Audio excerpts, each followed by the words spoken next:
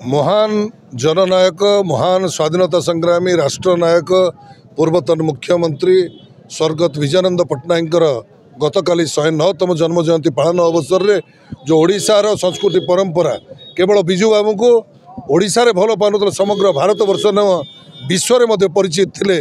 ओडिशा माटीर गर्व एवं गौरव जो भली भाव में मोहन सरकार पंचायत राज दिवस को प्रत्याख्यान कर अत्यंत दुर्भाग्यजनक। एभली हीन मानसिकता दूरे रहिबा निश्चिंत भाव में आवश्यकता रही। ओडिशावासी जानी चलती जे 8 मास तले आसीथिबा मोहन सरकार देइथिबा प्रतिश्रुति केते पालन करछंती, केते विश्वासघात करछंती एवं आगामी दिन रे कोन करिवे। केवल रंग मारिबा छड़ा आ कोनोसी कार्य गुटिए करि परिबे नाही। ये अत्यंत दुर्भाग्यजनक।